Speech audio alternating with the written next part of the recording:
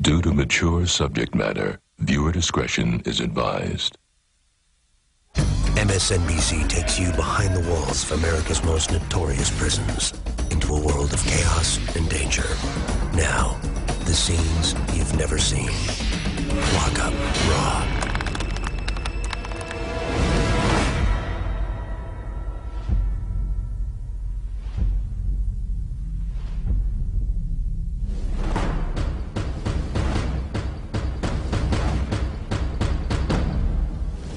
When you come to the prison, you have to join a gang. You have no choice. It's a must. Once I opened the door with the drugs, I got recognition. Many of them have this warrior mentality. By getting that recognition, I get power. My job was to go in there and kill them, and I went in there with the intention of killing them. With the power, I get control of whatever yard I go to. You're surrounded by, 1,000 killers, and every one of them's a stranger. Once I control the yard, I control the drug situation, and I control the inmates there as well. We were actually killing people that didn't deserve to be killed.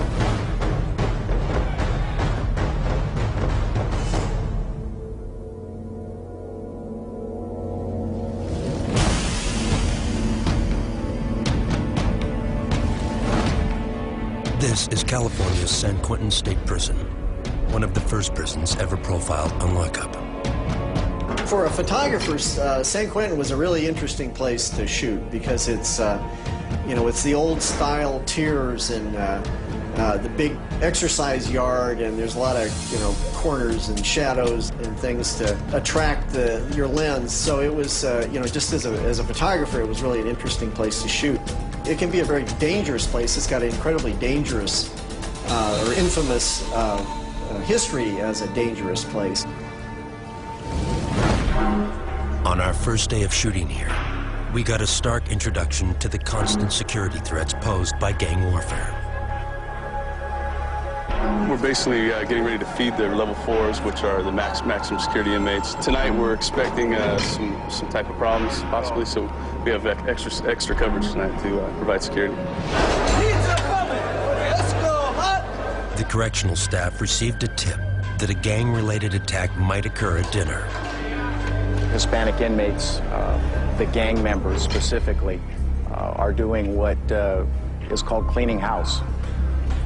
Anyone that does not want to participate in their gang activity, if they refuse, then the result is being slashed, and it's usually across the face, and they're marked for life. It doesn't matter how much staff we have, they will erupt if it's going to. Our cameras rolled as the first group of inmates filed into the chow hall. Pepper spray guns at the ready. Officers carefully scanned the room for any signs of trouble. I remember the potential riot at the cafeteria really well because we were right in the middle of it. I mean, there was not a whole lot of care taken at the time to keep us out of the line of fire. So we were right in the middle of it. That was kind of a tense thing. As the first group of inmates finished their meals and began to exit the cafeteria, an alarm sounds, signaling an assault or other disturbance near the chow hall. Following protocol, inmates on the yard hit the ground and those in the cafeteria take their seats as officers sprint to the scene. It was a tense moment when everybody hit the deck. Sure enough, they found a weapon, and we were right in the middle of it. Officers catch a gang member attempting to conceal a shank, a homemade slashing weapon. This time, violence was avoided. But nowhere is gang influence more prevalent than out on the rec yards of California's prisons. This is a turf war here. Everybody's got their own turf, and they're not going to let anybody else take it from them. The inmates segregate themselves out here, and the reason being that the gangs want it that way. So a man has no choice but to go with his own type of people. It's all run by gangs, or at least the gangs think they run the prisons, and then the correctional officers think they run the prison. But everybody gangs up by race, and you have to know where you're going. You don't want to go walking into the wrong area of the prison yard because you're in somebody else's turf.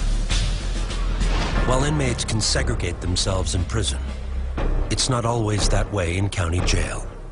The first stop on the often long road of incarceration for gang members. Every gang in Los Angeles County ends up coming here. And we just don't have enough places to segregate everybody and keep them from assaulting each other. And if you get one group that has superior numbers over the other and something sparks off a fight, you know, it's going to be on.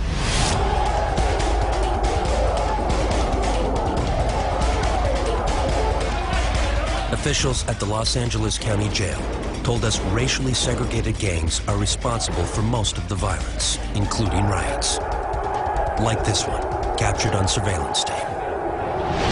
But we met one inmate who blames the problem on the system.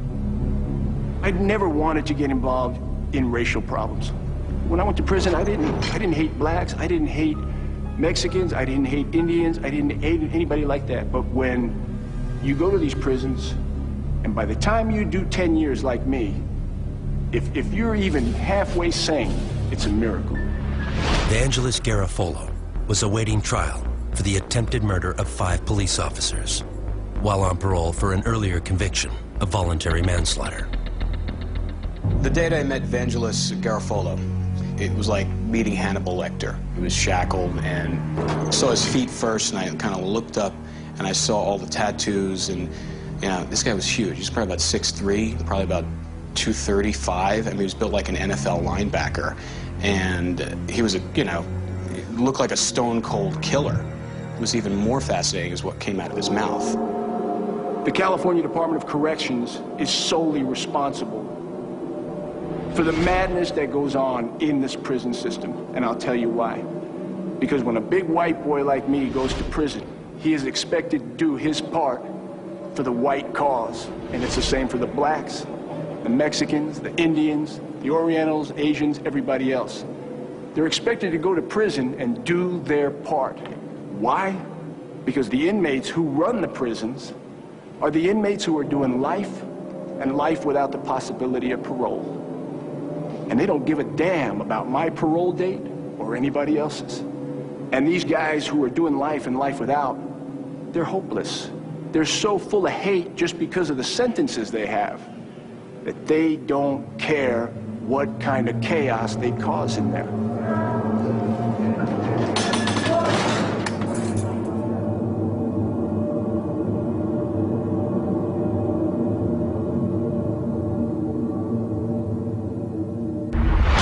Coming up. We'd go for the vital areas, you know, kidneys, liver. We try to go for kill shots. Prison gang attack methods revealed.